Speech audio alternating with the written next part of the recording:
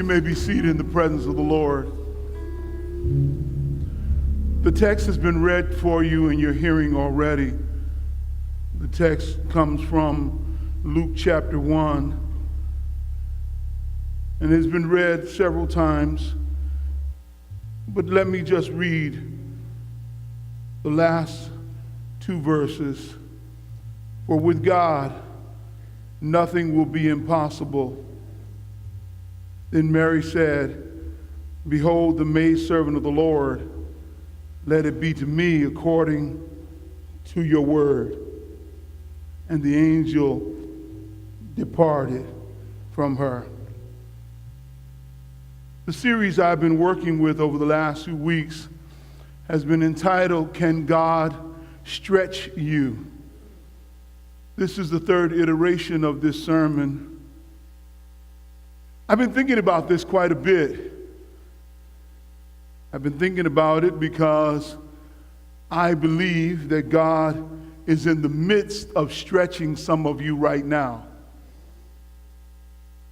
I believe that some of you are being stretched for God's purpose, and some of you are just being allowed to go through certain things so that God can prepare you for what God wants to do in your life. It's not always easy being stretched. Not always easy going through certain things. Life has a way of stretching you. And at some point, you need to prepare for what life throws your way. At any age, you need to learn how to stretch. Whatever age, you got to kind of lean over and lean into it. Some of us have an idea about that stretching, because there are also times when we learn how to stretch our money, because we don't have quite enough of it, so we're still trying to make $1 out of 15 cents. Sometimes, no matter how hard we try, it doesn't go as far as we desire, but we keep on stretching. We may look a little silly, but we keep trying. Whether it's exercise or everyday life, life is stretching us in all the activities we do. Life keeps pulling us from one end to the other. Sometimes it's fun. We go through stuff. But life keeps on stretching us. Little by little, we keep getting pulled. Some of it we want to do because we're trying to get fit. So we're stretching. Not always with the same levels of success. We keep on stretching. And truth be told, whether you're a mascot or a baseball player, you still got to get limbered up for the game. This game is life.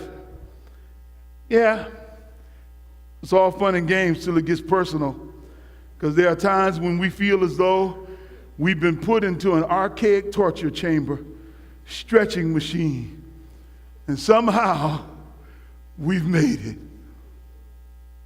We feel like somebody's back there pulling the wheel, messing with our lives. Understand this, brothers and sisters. When I use the metaphor of stretch in this sermon, I want to convey the notion that God gives purpose to the life of Mary by inviting her to participate in the divine plan. God wanted to bring his son into the world. God gives purpose to her life. God works with her. God blesses her. The text in this story is out of the Immaculate Conception, where Mary is told she's going to conceive. She's going to carry and deliver Jesus into the earth realm. Let's be honest in here.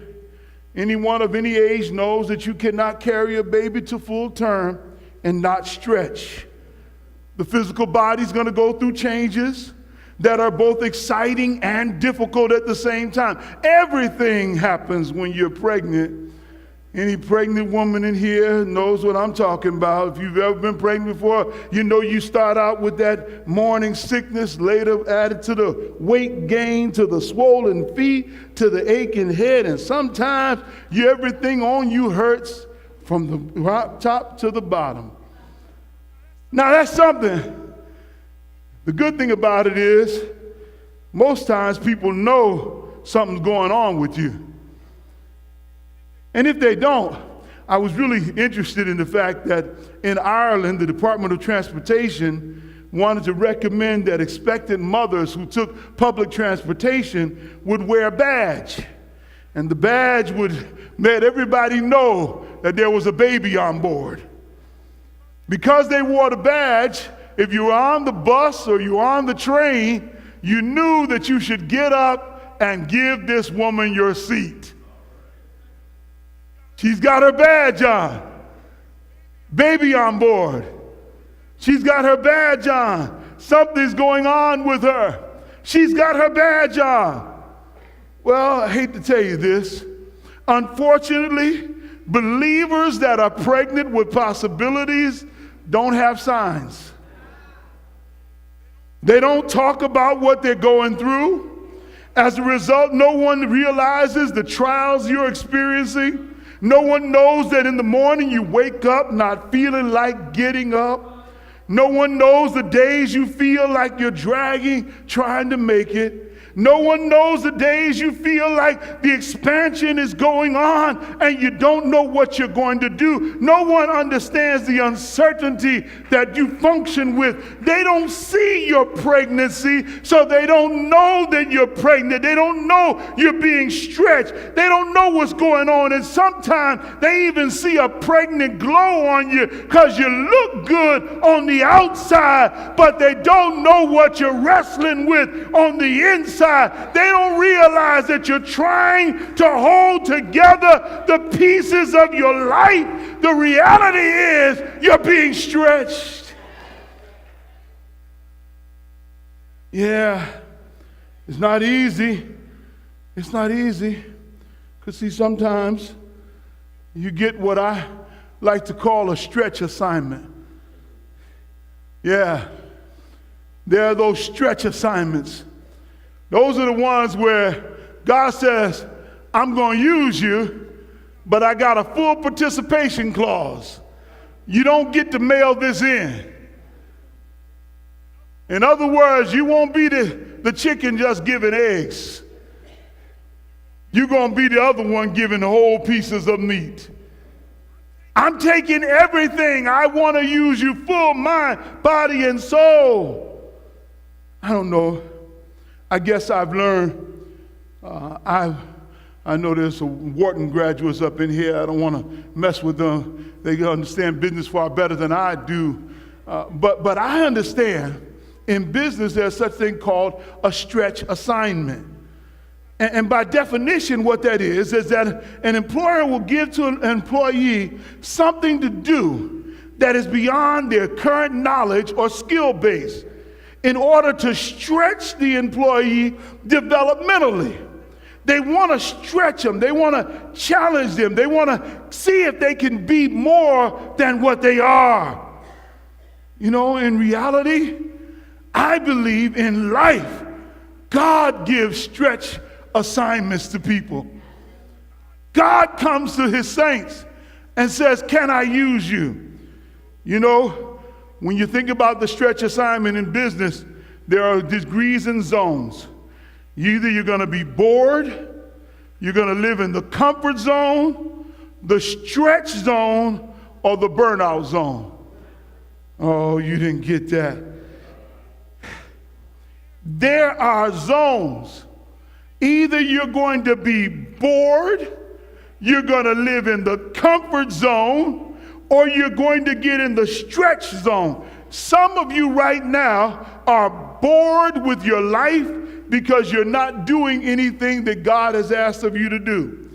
Some of you have done some things God asked you to do, but you haven't accepted any new assignments lately. You just want to be comfortable. No, I don't want to be involved in ministry. No, I don't want to do this. No, I'm not going to any more meetings. No, I'm not leading anything else. You're in the comfort zone. And because you're in your comfort zone, you think you're okay. But you know for yourself, you don't even feel right if you're not allowing God to use you and stretch you to be what he wants you to be. Woo.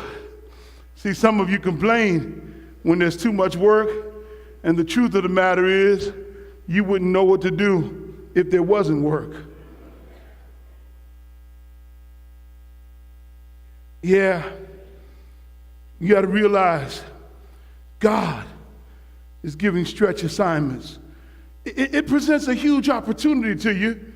A stretch assignment may be something that you had no previous experience in. It may be something that you don't even think you have the capacity to do. But I need to help somebody before I get too far out on this limb. I need to tell you something. If you accept that God is going to stretch you, you better get ready. Because there's two things that business folk know about this that you need to know before you get an assignment. You need to realize that you're going to be challenged and you're going to be uncomfortable.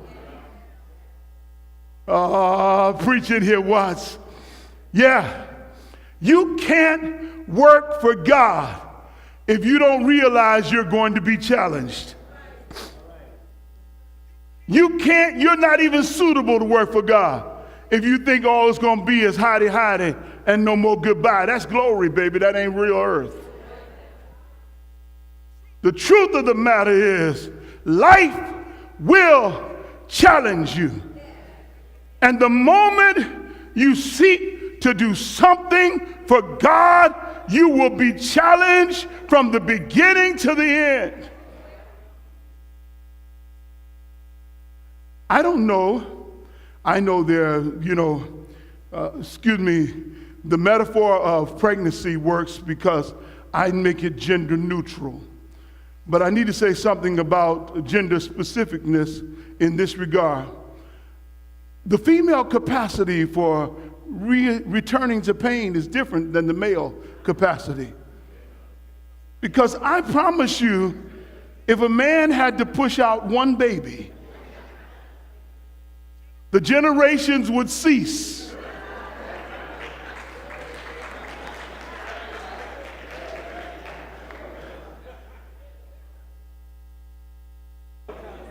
It'd be over.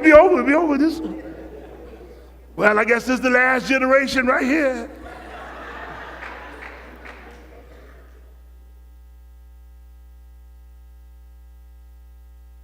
The reality is that most folk don't want to be uncomfortable. There are three things that guard my mind for this word today, and I need to help you with them. You see, this real stretch assignment has some requirements to it. And the first requirement, if she was going to take on this assignment, was that of availability. Availability. See, it is her availability that puts her in position to do what God wants her to do. I want to talk to you right now. I'm talking to you individually. Let me talk to you. Get this part. There's nothing special about her. The only thing special about her is she has kept herself as a young lady all of her life. She's not that old. She's kept herself. And because she's kept herself, she has not been intimate with anybody. God provided for her a husband. She remains available because she's not married, so she's never had intimacy with her husband. Her availability is not based on any special talent. The Bible doesn't say she could sing real good. There's no sewing skills listed, no medical degree. She's got no biochem background, She ain't got no kind of extra skills. She just She's just living her best life by living the way God desired for her to live. Touch the person next to you. Tell them, neighbor, your best life may not be exotic, but it will set up your future.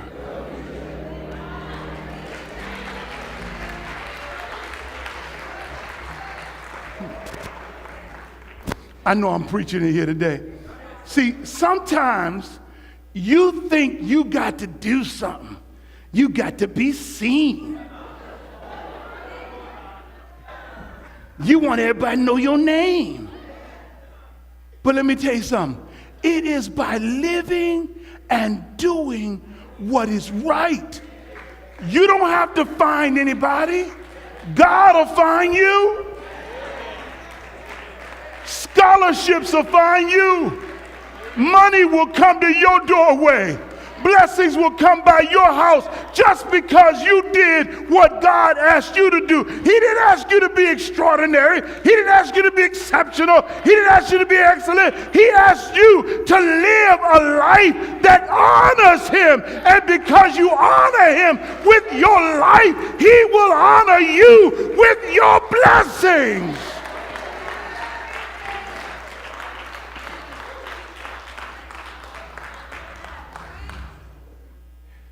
You'll be shocked to know how many doctors were not the best students in their class, or how many lawyers were not the best and didn't have the highest GPA. Some of whom just did what was right, were in the right place at the right time by doing what's right, and the blessings dropped upon them.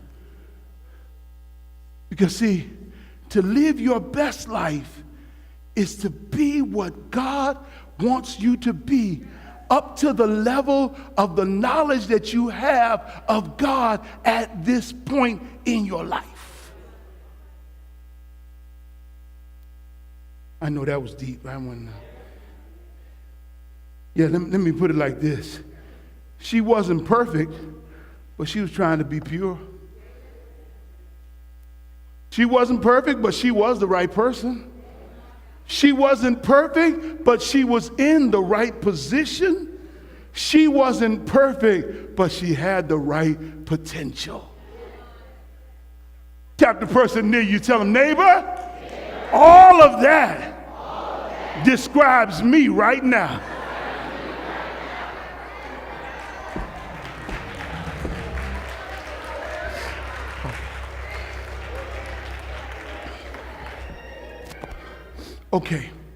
Okay, preach Watson. This is a keeper here. I know it's Christmas, so let me see if I can work with it one more time. Not only did she have availability, but she had accessibility. I can't tell you how many times folk have opportunities to get blessings, but they won't do what it takes to get what God has for their life. Okay. Let me see if I can put it this way. Okay. The angel says the plan of God is simple. The Holy Spirit will come upon you, and you will conceive a child, and that which you are conceiving will be from the Holy Ghost, and you'll call his name Jesus. Her response to the angel was, how can this be? Heard what you said, sound real good, but how can this be?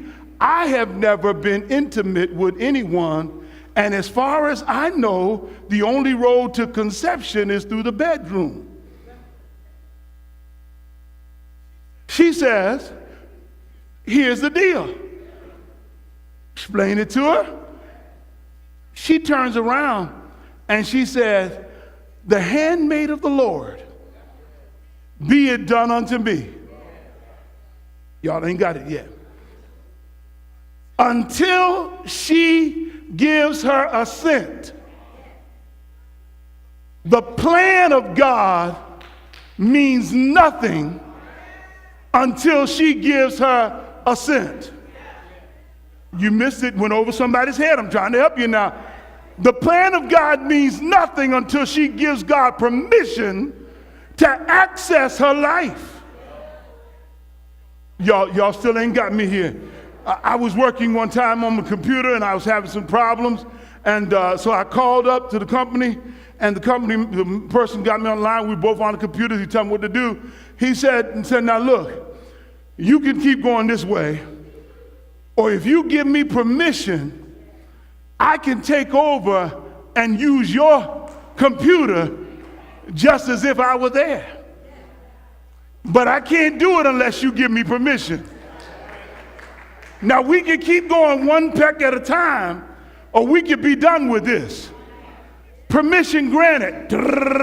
It's like my hands were moving on my own computer and I wasn't touching a thing. Y'all missed that. Went over somebody's head. Sometime all God is waiting on in your life for your next blessing is for you to give him permission and then pull your hands back and get out of the way, because he's about to take over and the blessing is about to happen.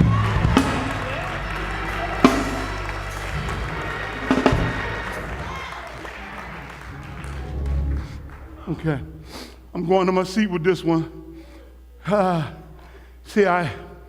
Would you look at the person next to your neighbor? This one's for you. You're not here by accident right now. You're here on purpose. You're here on purpose today. See, it's not only that she had to be available.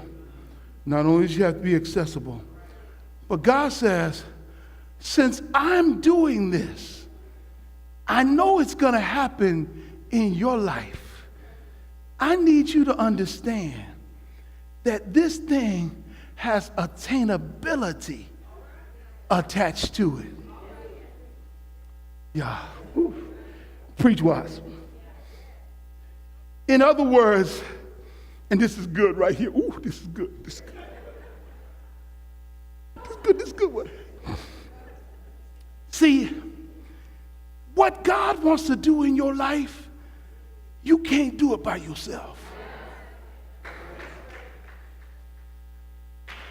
And if you're moping and crying because you realize that, you might as well dry your eyes, because God is not going to stretch you anywhere he can't keep you.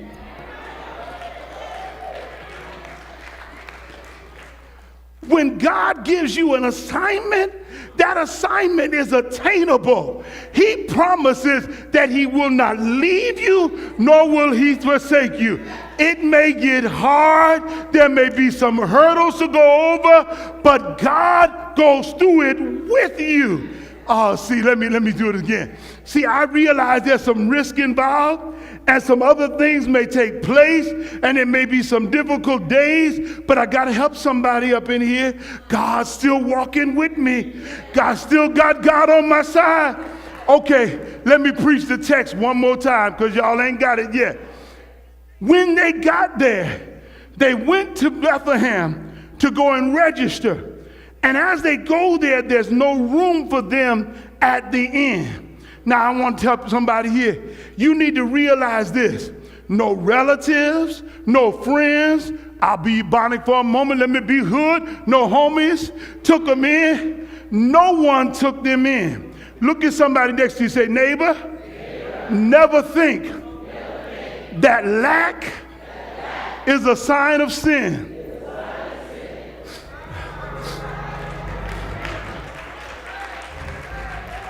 Just because I don't have everything I need right now doesn't mean that God's still not blessing me. Never think that lack is a sign of abandonment. God hasn't left me. Never think that lack is a sign of defeat. God is not going to let me go down. Always remember, he knows the road I take. Woo! I got to give one more thing. Look at here, look at somebody now. Say, neighbor, there may not be anybody in the room to help you push, but God's gonna be there. Push. Okay. Went over your head. Years ago, Karen was a member of our church, and she graduated from college, and she real smart girl. She went back to school, and then she came to me. She said, Reverend, she said, I was going to do a PhD program, but I really am thinking that I want to be a doula. I said, a doula? She said, yeah, I want to be a doula. I want to be a midwife. That's what a doula is. It's a midwife, and there's a whole education process to it. And so she went on and got accepted at Yale to go and study. She was going to be a doula. Now you got to understand, that means somebody to stand in the delivery room with you that's going to go through with this with you. Now you got to understand, the practice of doula is an ancient practice because the Israelites had midwives that stood with them. And God sometime will put someone in the room with you. Touch somebody. Say, neighbor, God will bless me. Even if you don't want to help me, God will send somebody to bless my life.